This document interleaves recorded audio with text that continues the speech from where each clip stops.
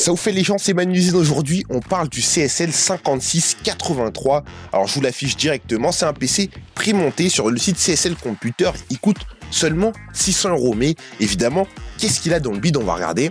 Donc, on commence direct par le Ryzen 5, le processeur. Alors, c'est un processeur 6 cœurs 12 trades. Hein, voilà, c'est la moyenne. C'est très bien pour l'instant.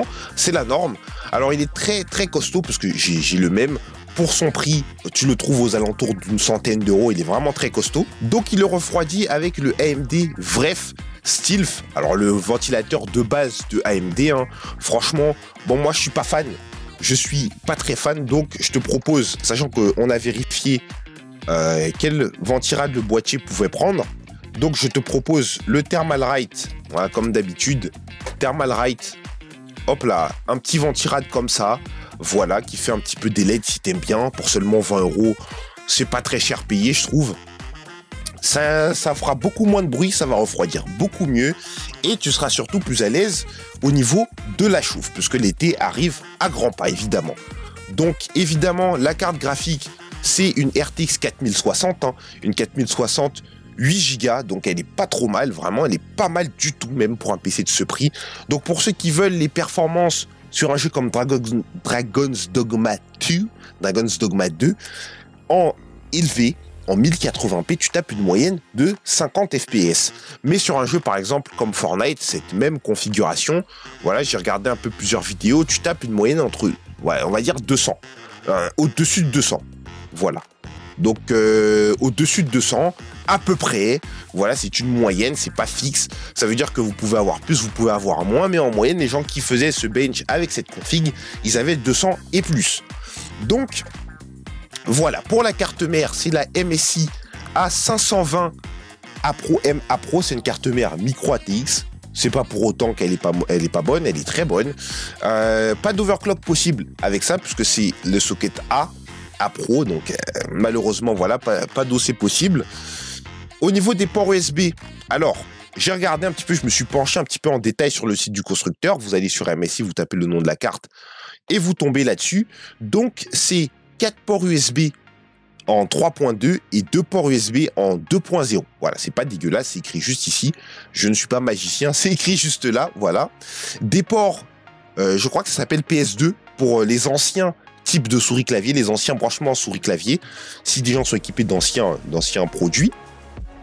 Un HDMI et un port DVI pour te dépanner, au cas où tu as une galère. Évidemment, le port internet, mais ça c'est dans toutes les cartes mères, c'est obligatoire.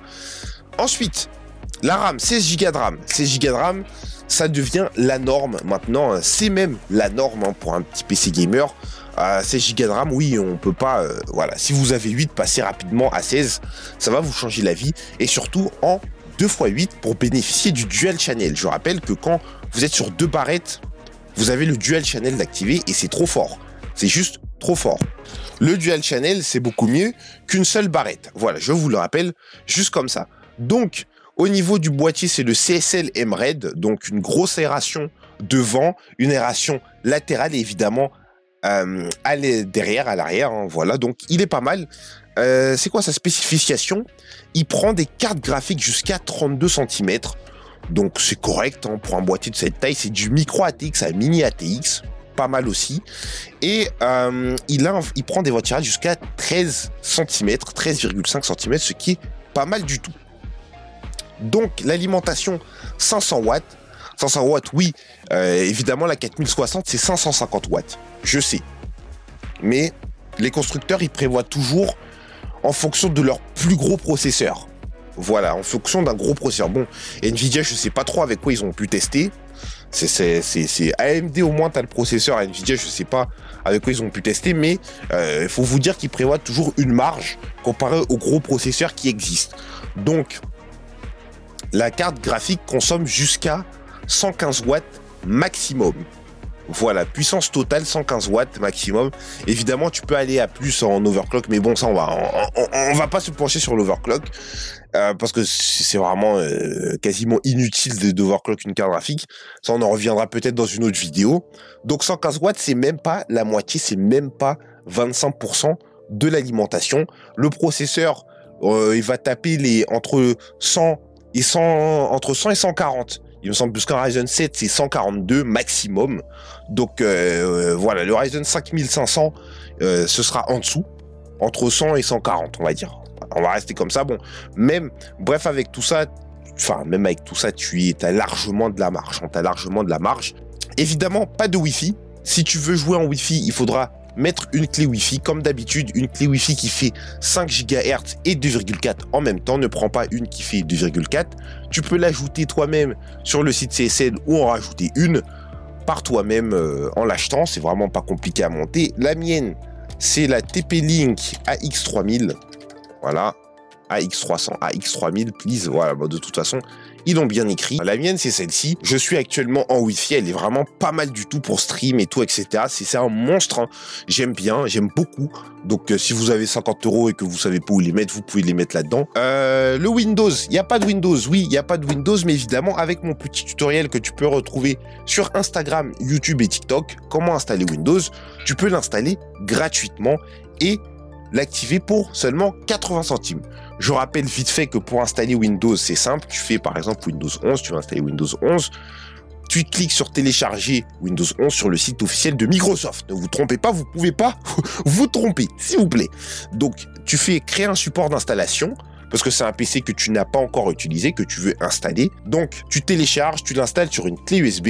Moi, il est installé sur cette petite clé USB, voilà, qui m'est très utile. J'ai Windows 11 là-dessus, ça m'évite des galères. Et quand j'en ai besoin, je l'ai. Une fois que tu as installé la clé USB, tu la mets dans le nouveau PC, tu allumes, tu démarres avec la clé USB et tu fais l'installation. C'est facile comme tout. Voilà, et évidemment, tu peux l'activer comme je le montre toujours avec les clés d'activation Windows 11 ou 10, voilà. Moi, j'ai pris Windows 11 comme je vous ai montré, donc on va dire que j'ai installé Windows 11 Famille. Donc voilà, je vais installer Windows 11 Famille et l'activer. Donc Windows 11 Famille, voilà, clé Windows 11 Famille. J'achète toujours sur Rakuten. J'ai jamais de soucis avec Rakuten. Donc voilà, tu peux l'acheter pour 90 centimes. Voilà, et oui, elle fonctionne, je les teste moi-même, je l'ai testé récemment sur un pote, etc. Bref, voilà, si vous voulez, je ferai une activation en direct, en vidéo, ce serait un peu mieux, ce serait un peu plus parlant. Mais voilà, jusque-là, en plus, tout est expliqué par PDF.